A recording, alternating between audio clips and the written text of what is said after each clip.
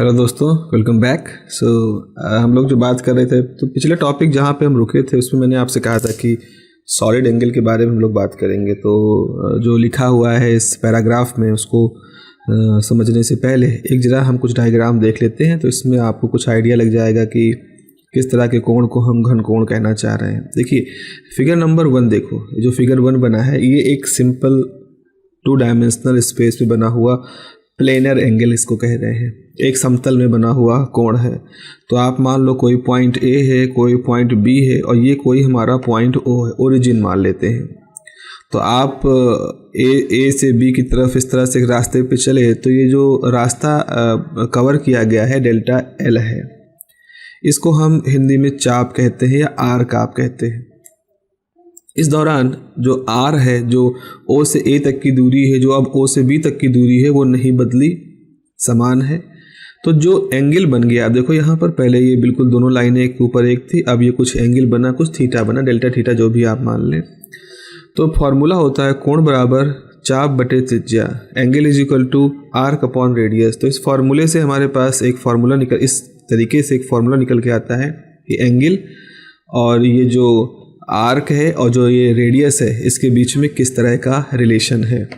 आप खुद ही सोच सकते हैं। अगर हम ए से शुरू करें अपनी यात्रा, जैसे आप देखें हम बी पे जाएं, फिर इसी तरह करते करते सी पे जाएं और इस तरह से एक पूरा चक्कर लगा लें तो हमारा रास्ता इस तरह से हो जाएगा, इस तरह से। तो ये अधिकतम एंगल कितना हो जाएगा, 2 पाई। डायग्राम में दिख रहा है। ज़रा हम इसको मैथमेटिकली देखना चाहें तो कैसे देखोगे कि भाई अगर आपने एक सर्किल है, सर्किल में इतनी दूरी डेल्टा एल है, आप थोड़ा और चले, ये भी डेल्टा एल, थोड़ा और चले डेल्टा एल, तो इस तरह से आर रेडियस है। डेल्टा एल चलते हुए जब जहाँ से चले थे आप फिर वापस वहीं आओगे तो आप इसकी पूरी सरकमफेरेंस यानी पूरी परिधि घूम लोगे। तो अगर हम ए को पूरा घुमा करके वापस ए तक जाएं तो उस दौरान हमने कितना रास्ता तय कर दिया, 2 पाई आर।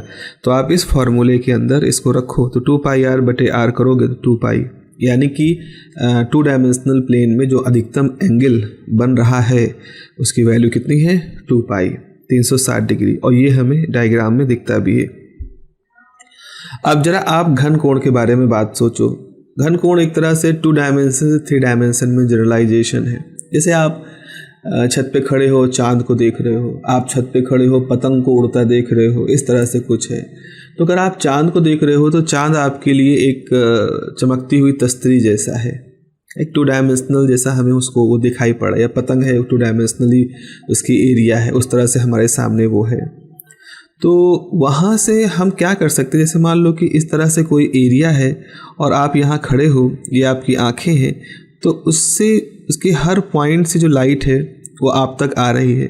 तो आप ये कहोगे कि आप एक कोन जैसा बनता हुआ देख रहे हो। आप इस तरह से उस एरिया जो किसको आप देख रहे हो उसके अलग अलग बिंदुओं से आप एक कोण बनता हुआ, एक कोन बनता हुआ, एक शंकु बनता हुआ आप यहाँ पर देख रहे हो, एक शंकु बनता हुआ आप देख रहे हो।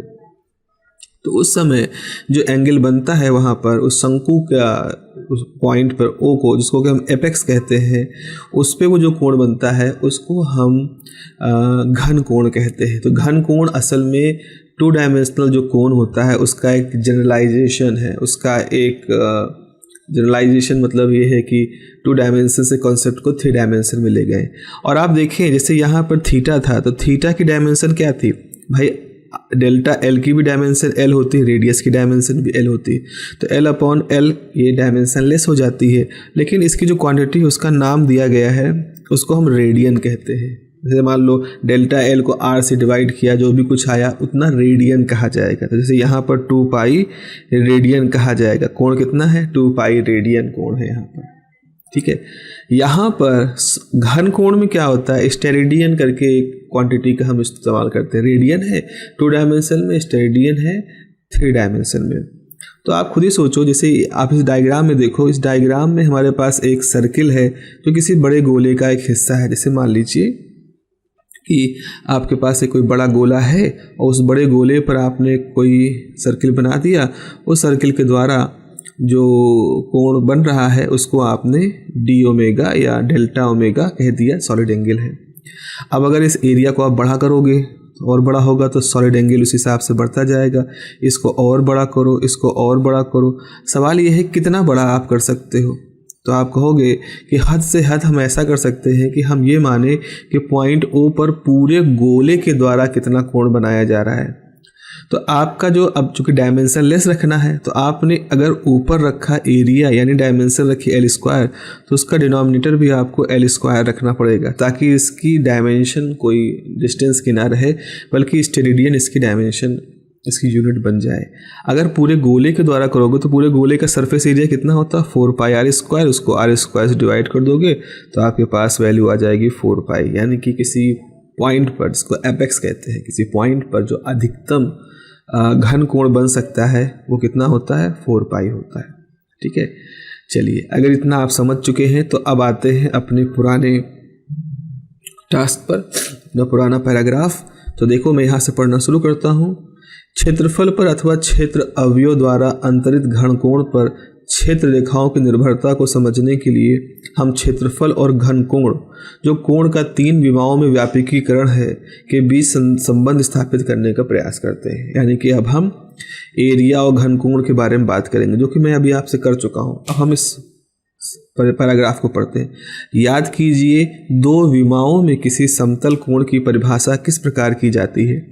मान लीजिए कोई छोटा अनुप्रस्थ रेखा अवयव डेल्टा L बिंदु O से R दूरी पर रखा जाता है, तब O पर डेल्टा L के द्वारा अंतरित कोण का सन्निकटन delta theta delta L upon delta R के रूप में किया जा सकता है, जो मैंने बताया है आपको। इसी प्रकार 3 विमाओं में किसी छोटे लंबवत छेद डेल्टा S द्वारा R दूरी पर अंतरित घन कोण को delta omega delta S by R square लिखते हैं। जैसे देखो यहाँ पर हम डेल्टा L बाई R लिखे थे ताकि दोनों की डायमेंशन L बाई L हो। ऐसे ही L square by L square करके हम delta S upon R square करते हैं, व्यक्त किया जा सकता है। हम जानते हैं कि किसी दिए गए घन कोण में अरीय क्षेत्र रेखाओं की संख्या समान होती है। चित्र 1.16 में आवेश से R1 तथा R2 दूरियों पर 2 बिंदु P1 तथा P2 के लिए घन कोण डेल्टा ओमेगा और P1 पर अंतरित क्षेत्र अवयव R तथा P2 पर अंतरित क्षेत्र अवयव R2 स्क्वायर डेल्टा ओमेगा है।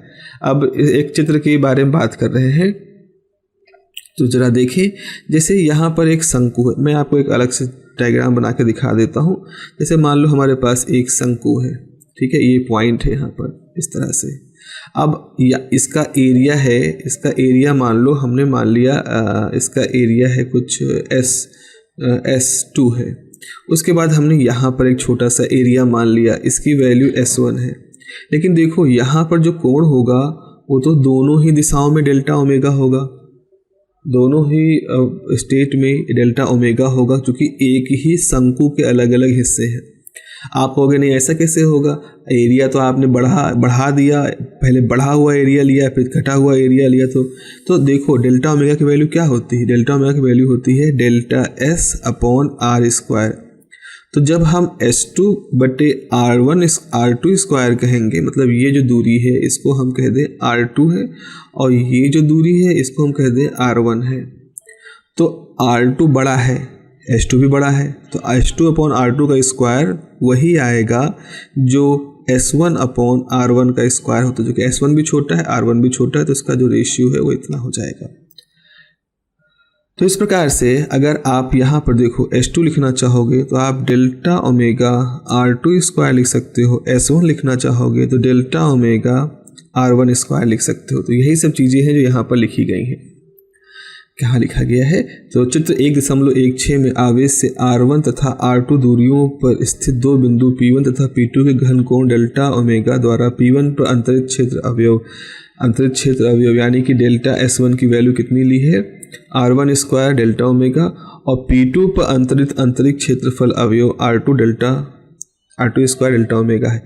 इन क्षेत्र अवयवों को काटने वाली रेखाओं की संख्या मान लीजिए n है। जैसे यहाँ पर देखो, जैसे मान लो जितनी लाइनें यहाँ से गुजर रही हैं इस हिस्से से, वही लाइनें यहाँ से भी गुजर रही हैं। मान लो कितनी लाइनें गुजर रही हैं, n लाइनें गुजर रही हैं, ठीक है। तो रेखाओं की संख्या P1 पर n अपॉन S1 है। तो अब P1 पे कितनी, जरा मैं दिखा देता हूँ आपको। P1 पे देखो क्या है, P1 पे एरिया कितना माना है S1, P2 पे एरिया कितना माना है S2। तो n/s1 कर दो और यहाँ के लिए नंबर ऑफ लाइन n/s2 कर दो। अब ये हो जाएगा n/r1² डेल्टा ओमेगा और यहाँ हो जाएगा n/r2² डेल्टा ओमेगा। तो इस प्रकार से आप कह रहे हो यहाँ पर कि एकांक क्षेत्रफल अवयवों को काटने वाली क्षेत्र रेखाओं की संख्या P1 पर n/ ये है और P2 पर n/ ये है। इस प्रकार स्पष्ट है कि क्षेत्र रेखाओं की संख्या और इसलिए क्षेत्र प्रबलता 1/r² पर डिपेंड करती है। तो जो कूलम के नियम से हमने मालूम किया था 1/r² का फॉर्मूला कि E जो है वो r के बढ़ने के साथ घटता है, लेकिन r के बढ़ने के साथ किस हिसाब से घटता है, r² के हिसाब से घटता है। तो यही चीज़ एक बार फिर से यहाँ पे प्रूफ कर दी है सॉलिड एंगल के कॉन्सेप्ट से। ठीक है, थोड़ा सा कन्फ्यूजिंग है, पढ़िएगा, इसको समझने का प्रयास करिएगा, बहुत ज़्यादा दिमाग पे जोर डालने की ज़रूरत नहीं है। घनकोण का कंसेप्ट है, धीरे धीरे आपको समझ में आ जाएगा। क्षेत्र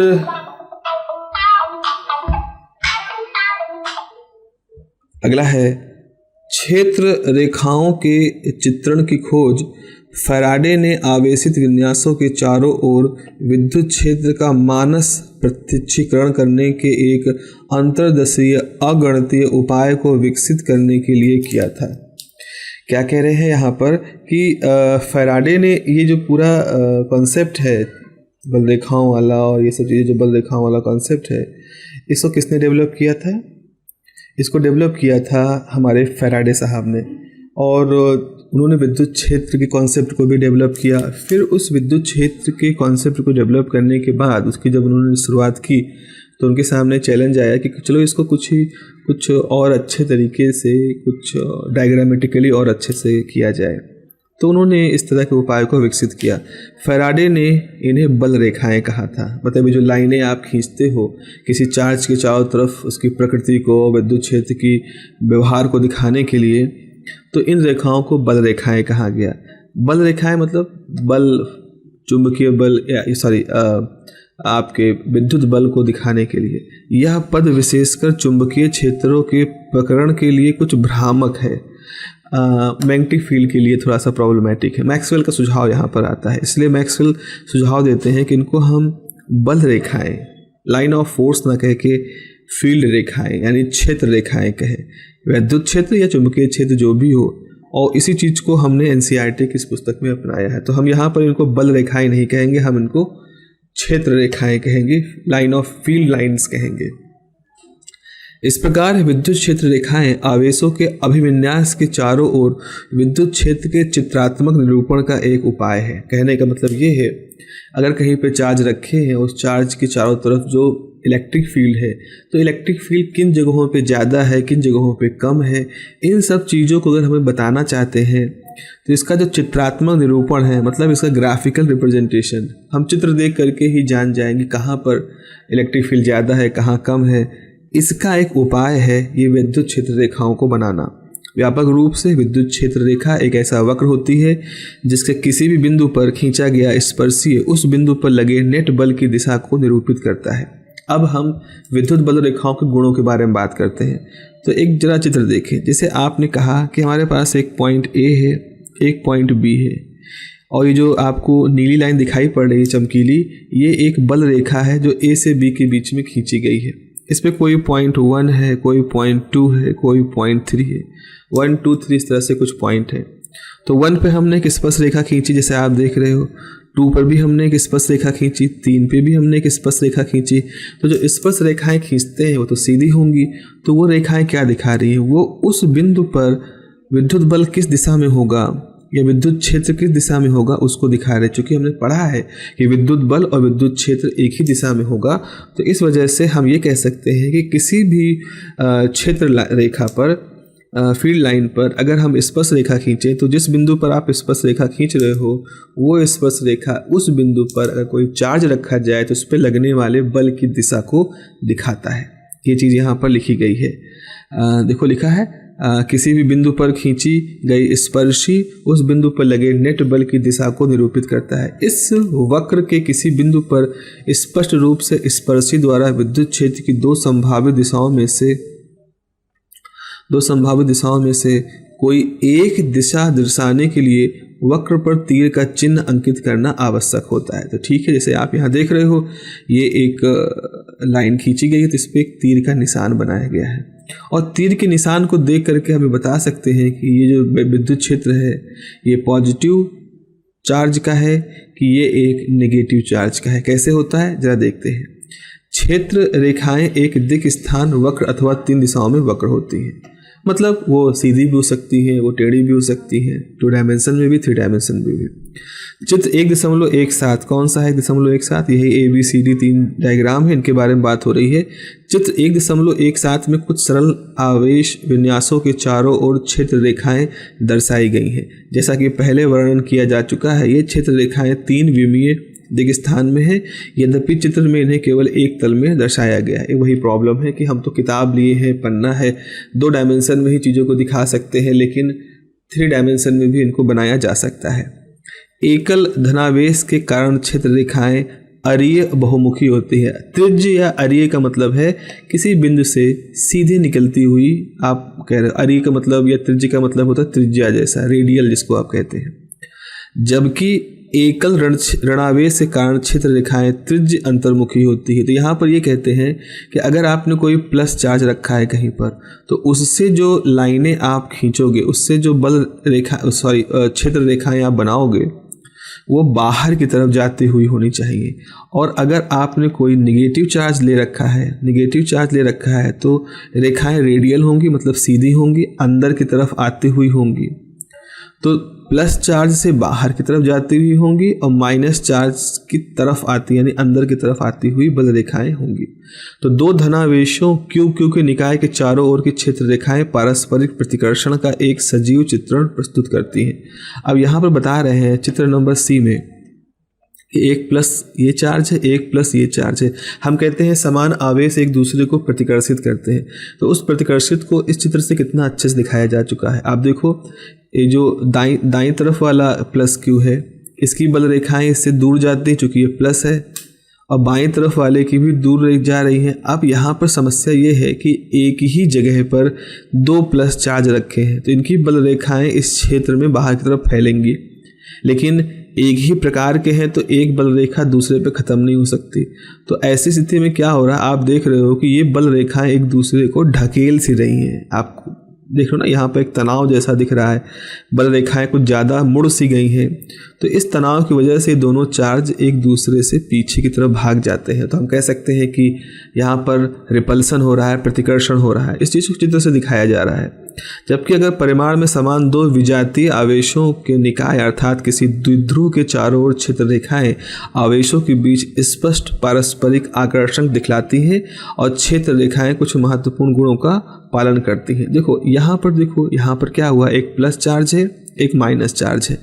प्लस चार्ज से लाइनें बाहर निकलती हैं, क्षेत्र रेखाएं बाहर निकलती हैं।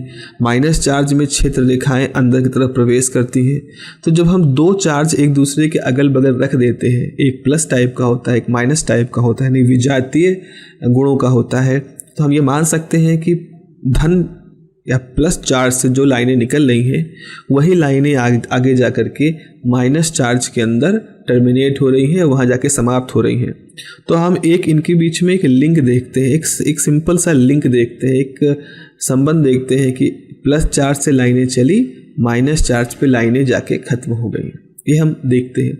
और ये काम बहुत जल्दी करना चाहते हैं, दोनों चार्ज चाहते हैं कि रेखाओं को बहुत ज़्यादा लंबा रास्ता ना तय करना पड़े एक चार्ज से चल के दूसरे चार्ज पर जाने में। इसीलिए क्या करते हैं, अपने रास्ते को छोटा करने के लिए ये एक दूसरे की तरफ एक बल महसूस करते हैं और उनके बीच में एक अट्रैक्शन फोर्स काम करना शुरू कर देता है। तो इस प्रकार से फैराडे की जो लाइन थी, क्षेत्र रेखाओं का जो ये कंसेप्ट था, ये काफ़ी अच्छे तरीके से समान आवेशों के बीच में प्रतिकर्षण को और विजातीय आवेशों के बीच में आकर्षण को समझा पा रहा था। चले आगे बढ़ते हैं। तो हमने देखा है यहाँ कि क्षेत्र रेखाएं कुछ महत्वपूर्ण समान गुणों का पालन करती हैं। कौन से गुण हैं? क्षेत्र रेखाएं धनावेश से आरंभ होकर ऋणावेश पर समाप्त होती हैं। यदि आवेश एकल है तो ये अनंत से आरंभ तथा अनंत पर समाप्त हो जाती हैं। जैसा यहाँ पर दिखा रहे हैं कि वैसे तो अगर प्लस और माइनस चार्ज अगल बगल रखे हैं तो प्लस से शुरू होंगी लाइनें, माइनस में जाएंगी सभी लाइनें। ये भी जो इस चित्र में पूरी कंप्लीट नहीं दिखाई पड़ रही हैं, आप अगर इनको कंप्लीट करोगे तो ये भी ऐसा ही कुछ होगा। ये जा रही हैं और एक लंबा रास्ता तय करके आकर के फिर माइनस पे आके ख़त्म हो रही है। तो हर लाइन प्लस से जा रही है, माइनस पे ख़त्म हो रही है। लेकिन अगर हम कह रहे हैं कहीं भाई मेरे पास केवल प्लस चार्ज है, ये प्लस चार्ज है, तो लाइनें जा रही हैं। अब कहाँ तक जाएंगी? अनंत तक जाएंगी, जब तक कोई नया चार्ज माइनस का मिल ना जाए, या नहीं मिला तो वो हमेशा फैली रहेंगी इनफाइनाइट तक। ऐसे ही अगर हम कह रहे हैं हमारे पास निगेटिव चार्ज है, निगेटिव चार्ज पे लाइनें आ रही हैं, तो ये कहाँ से आ रही है? अनंत से आ रही हैं। ये हो सकता है अनंत पे कोई प्लस चार्ज रहा हो, वहाँ से चलती हुई चली आ रही है। तो वही चीज़ यहाँ पर लिखा है कि अगर दो आवेश हैं कहीं पर तो धनावेश से प्रारंभ होती है, ऋणावेश पे समाप्त हो जाती है। लेकिन अगर आवेश अकेला है, चाहे प्लस हो चाहे माइनस हो, तो अगर ये माइनस है तो ऐसा लगेगा कि बल जो क्षेत्र रेखाएं हैं अनंत से शुरू होती हैं, और अगर प्लस है तो ऐसा लगेगा प्लस चार्ज से निकल के अनंत पे समाप्त हो रही है। किसी आवेश मुक्त क्षेत्र में क्षेत्र रेखाओं को ऐसे संतत वक्र माना जा सकता है जो कहीं नहीं टूटते हैं। कहने का मतलब ये है कि जैसे प्लस चार्ज है, इससे अगर लाइन बनाओगे तो लाइन या तो सीधी जा रही है, मुड़ रही है, जो भी कुछ हो रहा है उसमें कहीं ब्रेकिंग नहीं होगी। ऐसा नहीं होगा कि प्लस चार्ज से लाइनें आपने बनाई ऐसे लाइन बना रहे हो, ऐसा कुछ इस तरह का लाइन, ऐसा नहीं। यहाँ कुछ भी डिसकंटिन्यूटी नहीं होगा, सततता रहेगी। दो क्षेत्र रेखाएं एक दूसरे को कदापि नहीं काटती। यदि वो ऐसा करे तो प्रतिच्छेदन बिंदु पर क्षेत्र की केवल एक दिशा नहीं होगी जो कि निरर्थक है। देखो बड़ा इंटरेस्टिंग है। मान लो हमारे पास एक प्लस चार्ज है, इससे एक बल रेखा ऐसे निकली, ठीक है। फिर हमारे पास इसी से एक दूसरी बल रेखा हम निकालते हैं, वो ऐसे गई और यहाँ काट दी, इस पॉइंट पे काट दिया। तो एक ही चार्ज से दो बल रेखाएं निकलती हैं। अब हमने पढ़ा है कि जो बल रेखाएं होती हैं उनके किसी बिंदु पर अगर स्पर्श रेखा खींचो तो उस स्पर्श रेखा उस बिंदु पर लगने वाले बल को दिखा रही है। क्योंकि यहाँ पर दो कर्व एक दूसरे को काट रहे हैं तो उनके पास एक बिंदु ये होगा। इस बिंदु पर हम दो स्पर्श रेखा खींच सकते हैं, और ये दो स्पर्श रेखा दो अलग अलग दिशाओं में लगने वाले बल को दिखा रहे हैं। इसका मतलब एक चार्ज एक ही समय में किसी एक बिंदु पर दो दिशाओं में बल लगा रहा है। तो यानी अगर यहाँ हम एक और प्लस चार्ज रखें छोटा सा, तो वो प्लस चार्ज इस दिशा में भी जा सकता है, इस दिशा में भी जा सकता है। अनिश्चितता रहेगी, क्योंकि प्रैक्टिकली ऐसा नहीं देखा गया है कि यहाँ उस तरह की अनसर्टेनिटी होती है। इसीलिए ये जो बल रेखाएं हैं कभी एक दूसरे को नहीं काटती हैं। काटेंगे तो ये फिजिकली सही नहीं है, निरर्थक है। ये स्थिर वैद्युत क्षेत्र रेखाएं बंद लूप नहीं बनाती हैं। यह विद्युत क्षेत्र की संरचनात्मक प्रकृति से अनुशासित है। यहाँ पर ये कहते हैं कि हमारा विद्युत क्षेत्र जो होता है वो संरक्षित माहौल का होता है, यानी कि वहाँ ऊर्जा संरक्षण का नियम, फ्रिक्शन वगैरह इस तरह के बलों को नहीं मानते हैं, वहाँ पर बल नहीं होते हैं। तो ये कभी लूप नहीं बनाती हैं, मतलब प्लस से अगर शुरू हुई तो ये माइनस पे जाके ख़त्म होंगी। ऐसा नहीं होगा कि प्लस से शुरू होंगी और आके फिर प्लस पे ख़त्म हो जाएंगी। ये काम मैग्नेटिक फील्ड में हम होता हुआ देखते हैं, लेकिन इलेक्ट्रिक फील्ड में इस तरह काम नहीं होता। प्लस से बल रेखाएं क्षेत्र रेखाएं निकलेंगी, कहाँ तक जाएंगी? विद्युत क्षेत्र, ये क्षेत्र रेखाएं तब तक चलती रहेंगी जब तक कोई निगेटिव चार्ज ना मिल जाए। अगर नहीं मिला तो वो इनफाइनाइट में चली जाएंगी, अनंत में चली जाएंगी। लेकिन वो कभी भी किसी दूसरे प्लस चार्ज पर या जिस प्लस चार्ज से शुरू हुई है वहीं पर वापस नहीं आती है। तो इस तरह से 1 2 3 4 हमारे पास ये महत्वपूर्ण फैक्ट हैं जो हमने यहाँ पर देखे हैं। चलिए प्यारो आगे बढ़ते हैं, और अगला टॉपिक हमारे पास जो है वो है विद्युत फ्लक्स। विद्युत फ्लक्स की जो शुरुआत होती है उसमें ये जो एनसीईआरटी है वो आपको थोड़ा सा फ्लूइड मैकेनिक्स की बातें याद कराती है और फिर उसको तुलना करती है विद्युत क्षेत्र की क्वांटिटी के साथ में। किसी डीएस क्षेत्रफल के छोटे पृष्ठ से उसके अभिलंबवत v वेग से प्रवाहित होने वाले किसी द्रव के प्रवाह पर विचार कीजिए। द्रव के प्रवाह की दर इस क्षेत्र के प्रति एकांक समय में गुजरने वाले आयतन द्वारा प्राप्त होती है तथा यह उस तल से गुजरने वाले द्रव के फ्लक्स को निरूपित करती है। जैसे मान लो जैसे मान लो कहीं पानी बह रहा है, इस तरह से मान लीजिए पानी बह रहा है, आपने पानी को बहता हुआ माना, नहर है, नदी है, पानी एक इस तरह से बह रहा है। अब हमने क्या किया कि हमने इसकी लंबवत कोई एक क्षेत्र मान लिया, मान लो एक छल्ला है जो रख दिया, और हम देख रहे हैं कि इस छल्ले के एकांक क्षेत्र पर से छल्ला बड़ा है, तो इसमें एक छोटा सा एरिया हमने मान लिया, चाहे हम सर्कुलर एरिया माने चाहे जैसा माने, हमने कोई एरिया मान लिया, और हम देख रहे हैं कि इस एरिया से प्रति समय एकांक समय में कितना पानी बह जा रहा है। इसके आधार पर हम एक क्वांटिटी डिफाइन करते हैं, इसको हम फ्लक्स कहते हैं। तो वही चीज़ लिखा है कि v वेग से प्रवाहित होने वाले द्रव के प्रवाह पर विचार कीजिए। द्रव के प्रवाह की दर, मतलब दर का मतलब होता है समय के साथ क्या बदलाव हो रहा है। द्रव के प्रवाह की दर इस क्षेत्र के प्रति एकांक समय में गुजरने वाले आयतन द्वारा प्राप्त होती है तथा यह उस स्तर के गुजरने वाले द्रव के फ्लक्स को निरूपित करती है। तो सिंपल भाषा में आप कहोगे कि वो जो छल्ला आपने माना है, उस छल्ले में से एकांक समय में कितना द्रव प्रवाहित हो जा रहा है, ये उस फ्लक्स की गति को दिखा रहा है, उसके प्रवाह को दिखा रहा है। यदि इस तल पर अभिलंब द्रव के प्रवाह की दिशा अर्थात v के समानांतर नहीं है तो इनके बीच थीटा कोण बनता है, तो v के लंबवत तल में प्रक्षेपित क्षेत्र ds cos थीटा होगा। अब देखो यहाँ पर ये कह रहे हैं कि ये जो आपने बना देता हूँ, ये है ऐसे, ठीक है, ये ऐसे है। आपने कहा कि भाई हमने माना कि छल्ला हमारा ऐसा है, ठीक है, लेकिन मान लो छल्ला ऐसा नहीं है, इस छल्ले का एरिया था ds, मान लो छल्ला ऐसा नहीं है। छल्ला कैसा है, छल्ले को आप जरा सोचें, ऐसे छल्ला थोड़ा तिरछा है, इस तरह तिरछा है। अब तिरछा है तो छल्ले से निकलता हुआ जो पानी है वो आप उसके तल के साथ कुछ एंगल, जैसे इसका तल है, इसके तल के साथ कुछ एंगल थीटा बना रहा है ना।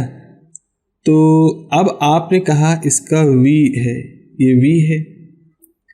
अगर v है तो जरा हम इस पे अब इस v को अगर हम इस तरह से लंबवत डिवाइड करें तो ये हो जाएगा v cos थीटा और ये हो जाएगा v sin थीटा, तो वेग का हो गया। लेकिन अगर हम ds को देखें, ds को अगर हम देखें तो ds जो है, अब मैं इसको अलग से बना देता हूँ जल्दी से, अब हम इसको आपको अलग से बना देते हैं। ds के बारे में बात करते हैं। तो अगर हम ds के बारे में बात करें तो जैसे ये एरिया है वो, चलो भाई ऐसे बना, ये ऐसा एरिया है, तो एरिया जो है वो कितना कोण बना रहा है, यहाँ थीटा कोण बना रहा है ना। तो यहाँ पर अब आप कहोगे कि अगर लंबवत के साथ कोण बना, अगर लंबवत के साथ देखें तो ये कोण बनेगा थीटा। मैं जरा एक बार सेंटेंस पढ़ लूँ, सेंटेंस थोड़ा कंफ्यूजिंग हो गया, मैं खुद भी कंफ्यूज हो गया। यदि इस तल पर अभिलंब द्रव के प्रवाह की दिशा अर्थात v के समानांतर नहीं है और इनके बीच थीटा कोण बनता है, पर अभिलंब द्रव के प्रवाह की दिशा v के समानांतर नहीं है, लंबवत तल में प्रक्षेपित क्षेत्र। अच्छा देखो ये ऐसे कह रहे हैं, ये ऐसा कुछ कह रहे हैं। इसको पूरा साफ कर देते हैं तब बनाते हैं, साफ हो जाओ। तो ये है हमारे द्रव के प्रवाह की दिशा और ये हमारा तल था। शुरू में जब ये बिल्कुल सीधा था, इस तरह से हमारा एरिया था, तो प्रवाह की दिशा ये थी। इसको हम मान लें n कैप कह दें, प्रवाह की दिशा है और सच में प्रवाह इसी n कैप की दिशा में हो रहा था। लेकिन अब जब हमने अपना एरिया तिरछा कर दिया है तो अब आपका n ऐसे बनेगा, और जबकि प्रवाह इस दिशा में हो रहा है, v हो रहा है, तो इनके बीच का एंगल जो है वो थीटा काम कर रहा है, थीटा बन रहा है ना। तो वही चीज़ इन्होंने लिखा है, वही चीज़ यहाँ पर लिख रहे हैं। कहाँ गया कि यदि अभिलंब द्रव के प्रवाह की दिशा v के समानांतर नहीं है और उनके बीच थीटा है तो v के लंबवत तल में प्रक्षेपित क्षेत्रफल d cos थीटा होगा। तो आप वहाँ पर देख सकते हो कि एंगल जो होगा वो जो वैल्यू होगी, कहाँ गया, ये जो वैल्यू होगी, ये जो एंगल इस दोनों के बीच का एंगल थीटा है। जैसे पुराना एरिया ऐसे था, नया एरिया ऐसे हो गया, दोनों के बीच में एंगल थीटा है। तो इसका अगर इस पर हम प्रोजेक्शन लेंगे तो ये जाएगा ds cos थीटा। इसकी वैल्यू ds है, इसकी वैल्यू ds है, अब ds और थीटा है तो ये जो प्रोजेक्शन जाएगा ये प्रोजेक्शन ds cos थीटा हो जाएगा, वो चीज़ कह रहे हैं यहाँ पर। अतः पृष्ठ ds से बाहर जाने वाला फ्लक्स v n ds होगा। अब देखो ये कैसे लिख रहे हैं, पहले क्या था, पहले आपके पास v और ds दोनों एक ही दिशा में थे। हम ds कैसे लिख रहे हैं, ds को हम ऐसे लिख रहे हैं, ds को हम लिख रहे हैं v था और ds n कैप था। लेकिन अब क्या है, अब आपके पास ds के बजाय ds cos थीटा है, तो आपके पास v है, ds है, cos थीटा है। तो हमें मालूम है कि यहाँ पर लिख सकते हो vector v dot ds n cap, क्योंकि इसको जब आप ओपन करोगे तो आपके पास इसे a डॉट b को ओपन करते हो तो क्या आ जाता है, a b cos थीटा आता है। ऐसे ही v ds n कैप को ओपन करोगे तो आपके पास ये वैल्यू आ जाएगी v ds cos थीटा। उसी चीज़ को यहाँ पर लिखा गया है। विद्युत क्षेत्र के प्रकरण के लिए हम एक समतुल्य राशि को परिभाषित करते हैं और इसे विद्युत फ्लक्स कहते हैं। तो ये सारी गणित को अगर हम समझाना चाह रहे हैं थोड़ा और अच्छे तरीके से, तो हम एक टर्म का इस्तेमाल करेंगे जिसको कि हम नाम देंगे विद्युत फ्लक्स। तथापि हमें यह ध्यान में रखना चाहिए कि द्रव प्रवाह के प्रकरण के विपरीत यहाँ प्राकृतिक नियमों के अनुसार प्रेक्षण योग राशि का कोई प्रवाह नहीं हो रहा है। तो ये हमसे कह रहे हैं, हमको आगाह कर रहे हैं कि भाई होता क्या है कि जब द्रव में तो द्रव प्रवाहित होता है, द्रव्य जो होता है वो प्रवाहित होता है, पानी का प्रवाह होता है। लेकिन इलेक्ट्रिक फील्ड के केस में जब आप बात कर रहे होगे तो यहाँ ऐसा नहीं कि इलेक्ट्रिक फील्ड प्रवाहित हो रही है, हाँ, यहाँ पर किसी राशि का प्रवाह नहीं हो रहा है। वो तो हमने किसी आवेश के चारों तरफ का जो क्षेत्र होता है उसको प्रदर्शित करने के लिए, उसको रिप्रेजेंट करने के लिए हमने कुछ क्षेत्र रेखाएं खींची हैं। अब हम ये ना माने कि जो क्षेत्र रेखा है, जो क्षेत्र है, विद्युत क्षेत्र है चार्ज के चारों तरफ, वहाँ पर किन्हीं तरह की क्षेत्र रेखाओं का प्रवाह हो रहा है। ऐसा लग रहा है बहुत सारे तीर जैसे जा रहे हैं, ऐसा नहीं है। It is just a graphical representation. उपर्युक्त वर्णित विद्युत क्षेत्र रेखाओं के चित्रण में हमने देखा कि किसी बिंदु पर क्षेत्र के अभिलंबवत रखे एकांक क्षेत्रफल से गुजरने वाली क्षेत्र रेखाओं की संख्या उस बिंदु पर विद्युत क्षेत्र की प्रबलता की माप होती है। यहाँ पर ये कह रहे हैं, जैसे मान लीजिए आपने कहीं पर, सोचो कहीं पर ऐसे लाइनें जा रही थी, विद्युत बल रेखाएं हैं, विद्युत क्षेत्र रेखाएं, मैं बार बार बल रेखाएं कह रहा हूँ। वहाँ पर आपने कोई एरिया लिया और देखा इस एरिया से कितनी बल रेखाएं गुजर रही हैं, क्षेत्र रेखाएं गुजर रही हैं, 3। आपने क्या किया, एक ऐसा क्षेत्र लिया जहाँ बहुत सारी हैं और वहाँ पर भी वही एरिया रखा जितना बड़ा यहाँ रखा था, तो यहाँ से गुजरने वाली लाइनें हैं मान लो 9। तो एकांक क्षेत्रफल, अगर इसका एरिया 1 मीटर स्क्वायर है, इसका एरिया 1 मीटर स्क्वायर है, तो एकांक क्षेत्रफल से जितनी क्षेत्र रेखाएं गुजरेंगी वो ये बात को रिप्रेजेंट कर रहा है कि जिस जगह पर ये एकांक क्षेत्रफल मौजूद है वहाँ पर बहुत ज़्यादा विद्युत क्षेत्र की तीव्रता है।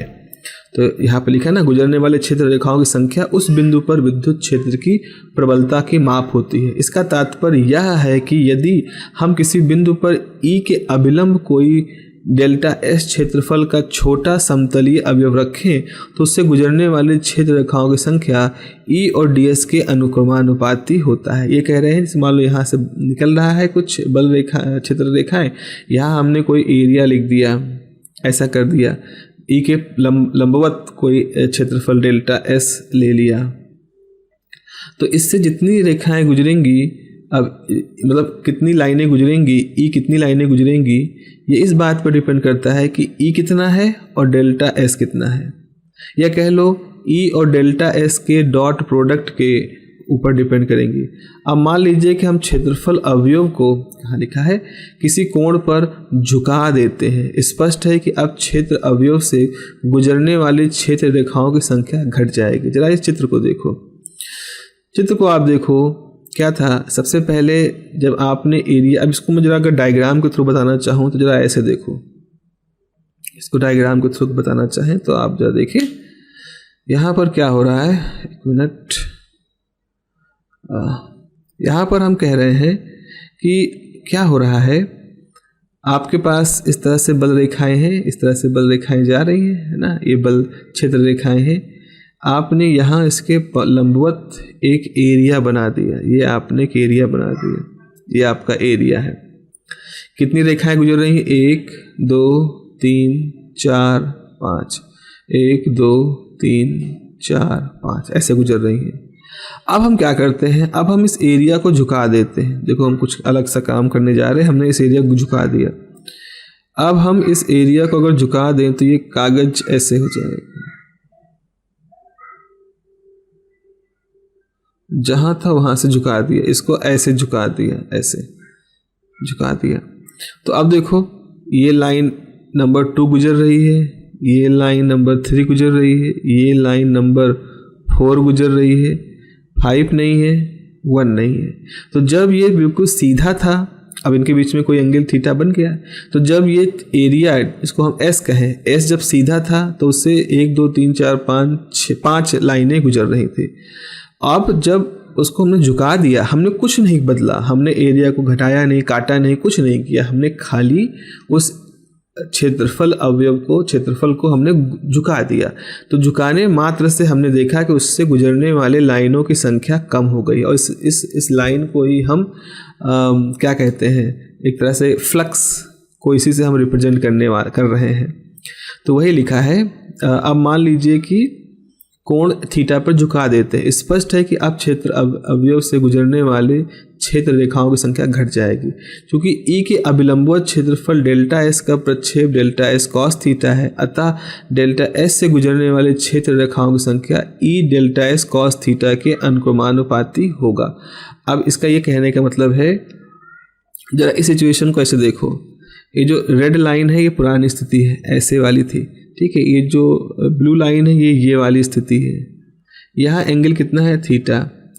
तो अगर हम इसको लेते हैं एरिया ds, तो इसका प्रोजेक्शन कितना हो जाएगा? ds cos थीटा, ठीक है। और इसमें से जो लाइनें गुजर रही हैं वो कितनी लाइनें हैं? e। तो अब हम लिखते हैं e ds cos थीटा, इन दोनों का हम डॉट इस तरह लिखेंगे। तो आप खुद ही देख सकते हो कि इसको लिखा जा सकता है e वेक्टर ds, क्योंकि आप देखो यहाँ पर ds एरिया के रूप में है, e एरिया के रूप में है, तो e डॉट ds भी यहाँ पर हमारा डॉट प्रोडक्ट आपके सामने आ गया। ये लिखा है e delta S cos theta के अनुक्रमानुपाती, जब थीटा 90 होगा तो क्षेत्र रेखाएं डेल्टा एस के समानांतर हो जाती है और इसमें से कोई भी क्षेत्र रेखा नहीं गुजरती है। भाई क्या कह रहा हूँ मैं ये कह रहा हूँ कि अगर आप इसको बिल्कुल सीधा कर दो, अगर आप इसको बिल्कुल ऐसे सीधा कर दो, इस तरह सीधा कर दो, तो सीधा करने पर अब सारी लाइनें इसके ऊपर से नीचे गुजर जाएंगी, कोई भी कट नहीं होगा, कोई भी कट नहीं होगा, तो आपका जो है कोई भी फ्लक्स यहाँ पर नहीं निकलेगा, कोई भी लाइनें इसको पार नहीं करेंगी, तब हमारा जो फ्लक्स होगा वो कितना होगा? 0 हो जाएगा, ठीक है ना। ये हम यहाँ पर कह रहे हैं, ये हमारी सारी बातें हैं जो हमने यहाँ पर आपको समझाई है। बहुत से रंग चेंज कर लो, बहुत से संदर्भों में क्षेत्र अवयव के परिमाण के साथ साथ उसका दिक् विन्यास भी महत्वपूर्ण होता है। उदाहरण के लिए किसी जल प्रवाह में किसी रिंग के गुजरने वाले जल का परिमाण स्वाभाविक रूप से इस बात पर निर्भर करता है कि आप जल धारा में इसे किस प्रकार पकड़े हुए हैं। यदि आप इसे जल प्रवाह के अभिलंबवत रखते हैं तो अन्य सभी दिक् विन्यासों की तुलना में इस विन्यास में रिंग से अधिकतम जल गुजरेगा। इससे हम यह निष्कर्ष निकलता है कि क्षेत्र अवयव को सदिश है। अब देखो यहाँ पर हम एक चीज़ कहने वाले हैं कि वेक्टर क्वांटिटी हम जानते हैं और एरिया को हम एज अ वेक्टर क्वांटिटी कहने की बात कर रहे हैं। हम ये कहना चाह रहे हैं कि एरिया जो होता है वो एक वेक्टर क्वांटिटी है, इस बात को हम यहाँ पर कह रहे हैं। और ये गॉस जो थे, आप पढ़ोगे आगे, गॉस, फ्रेडरिच गॉस, उनका एक बहुत बढ़िया सा कॉन्सेप्ट था जो उन्होंने दिया था, और उसी चीज़ को इस किताब में एक अलग तरीके से समझा रहे हैं। वो कह रहे हैं कि जैसे बह रहा है पानी, जैसे यहाँ पर हम कह रहे हैं किस तरह से पानी बह रहा है, आपने उसमें रिंग को ऐसे रखा है तो अधिकतम उसमें से पानी गुजरेगा। अगर आप रिंग को उसको ऐसे घुमा दो तो ये रिंग ऐसे हो जाएगी, तो इसमें से पानी नहीं गुजरेगा जितना पहले गुजर रहा था। तो इस तरह से हम कह सकते हैं कि हम रिंग के एरिया के साथ भी एक दिशा की बात कर सकते हैं। एक दिशा में इसमें से पानी अधिकतम गुजरता है, एक दिशा होने पर इसमें से पानी नहीं के बराबर गुजरता है। यानी जो फ्लक्स होता है उसको हम यहाँ पर और अच्छे से डिफाइन कर सकते हैं अगर हम एरिया को एज अ वेक्टर क्वांटिटी कहें। तो समतलीय क्षेत्र की दिशा कैसे निर्दिष्ट की जाए, यानी कि सवाल ये है कि जो हम एरिया कहते हैं उस एरिया की डायरेक्शन को हम कैसे बताएं। स्पष्ट रूप से तल पर अभिलंब तल का दिक विन्यास निर्दिष्ट करता है। यानी कि अगर कहीं एरिया इस तरह से आपके पास है तो उसके तल पर अगर आप एक नॉर्मल ड्रॉ कर दोगे, एक नॉर्मल खींच दोगे, तो ये जो नॉर्मल होगा ये एरिया का डायरेक्शन दिखाएगा। एरिया का डायरेक्शन, जो भी आप एरिया ले रहे हो उसका डायरेक्शन यहाँ से दिख सकता है। इस बात को याद रखो, किसी एरिया को अगर हम वेक्टर एरिया जिसको हम वेक्टर क्वांटिटी की तरह से डील कर रहे हैं, उस वेक्टर क्वांटिटी का जो डायरेक्शन होगा वो तल के लंबवत होगा। तो किसी वक्रित पृष्ठ के क्षेत्रफल को किसी सदिश राशि से कैसे संबंध किया जा सकता है। हम यह कल्पना करते हैं कि वक्रित पृष्ठ बहुत सारे छोटे छोटे क्षेत्रफल अवयवों में विभाजित है। इनमें से प्रत्येक छोटा क्षेत्रफल अवयव समतलीय माना जा सकता है और पहले स्पष्टीकरण के अनुसार इसे सदिश संबंध किया जा सकता है। जैसे फुटबॉल को देखो, जैसे आप एक फुटबॉल देखते हो तो फुटबॉल के अंदर इस तरह से बहुत सारे पैचेस बने होते हैं, इस तरह से बहुत सारे पैच बने होते हैं। तो हम कहते हैं वो जो गोल है फुटबॉल, वो गोला असल में बहुत सारे इस तरह के एरिया से मिलके बना है। तो अब चूंकि नॉर्मल जो होता है वो एरिया के परपेंडिकुलर होगा, तो इसका नॉर्मल ऐसे होगा, इसका नॉर्मल ऐसे होगा, इसका नॉर्मल ऐसे होगा, इसका नॉर्मल ऐसे होगा। तो जैसे जैसे एरिया किसी कर्वेचर पर है वैसे ही उसके तल के लंबवत हमारा नॉर्मल होगा, अभिलंब होगा। यहाँ एक संदिग्धिका पर ध्यान दीजिए। किसी क्षेत्रफल अवयव की दिशा उसके अभिलंब के अनुदिश होती है। हम कहते हैं कि कोई भी एरिया है उसके नॉर्मल उसकी डायरेक्शन होती है, लेकिन सवाल यह है कि नॉर्मल दो तरफ हो सकता है ना, नीचे की तरफ भी हो सकता है, ऊपर की तरफ हो सकता है। नॉर्मल तो नॉर्मल होता है, परंतु अभिलंब दो दिशाएं संकेत कर सकता है। तो किसी क्षेत्र अवयव के संबंध सदिश की दिशा का चयन किस प्रकार किया जाता है। इस समस्या का समाधान इस संदर्भ में उचित कुछ परिपाटियों के निर्धारण द्वारा किया गया है। कुछ परिपाटियां हैं, कुछ कन्वेंशन है जो हम लोग फॉलो करते हैं। बंद पृष्ठों के प्रकरणों के लिए यह परिपाटी अति सरल है। किसी बंद पृष्ठ के प्रत्येक क्षेत्रफल अवयव से संबंध सदिश की दिशा बहिर्मुखी अभिलंब की दिशा मानी जाती है। मतलब जैसे देखो, अगर ये हमारे पास एक गोला है, एक हमारे पास कोई कर्व्ड आम है, ये मैंगो है, मैंगो की सरफेस पर आपने एरिया मान लिया और उसके परपेंडिकुलर जो दिशा है उसको आपने इस एरिया की डायरेक्शन कहा। हम जब कोई बंद पर लेंगे इस तरह कर्व, तो बाहर की तरफ हम नॉर्मल मानेंगे, ना कि अंदर की तरफ। तो इसी परिपाटी का उपयोग हम करेंगे और यही 1.19 में किया गया है। इस प्रकार किसी बंद पृष्ठ के किसी बिंदु पर क्षेत्र अवयव सदिश डेल्टा एस का मान डेल्टा एस एन कैप होता है, जहां डेल्टा एस क्षेत्र का परिमाण है, एन कैप इस बिंदु पर बहिर्मुखी यानी आउटसाइड अभिलंब की दिशा में एकांक सदिश है। तो याद रखो, जब भी कोई सरफेस लोगे, कोई कर्व सरफेस लोगे, कोई क्लोज सरफेस लोगे, उस पर जो एरिया एलिमेंट मानो कि उसकी दिशा हमेशा बाहर की तरफ होगी, अंदर की तरफ नहीं होगी। ठीक है, तो इस तरह से हमने आपके बाद आपको फ्लक्स की एक परिभाषा के बारे में कुछ परिचय कराया। फ्लक्स क्या के एरिया के साथ किस तरह के संबंध होते हैं इसके बारे में परिचय कराया। तो चलिए फिर अगली क्लास में हम लोग बात करेंगे, थोड़े बाद जो फ्लक्स के बारे में बात बची है उसको करेंगे, और उसके बाद हम एक वैद्युत द्विध्रुव इलेक्ट्रिक डायपोल के बारे में आपसे बात करेंगे। चलिए फिर मिलते हैं अगली क्लास में। Have a nice day, take care, bye bye.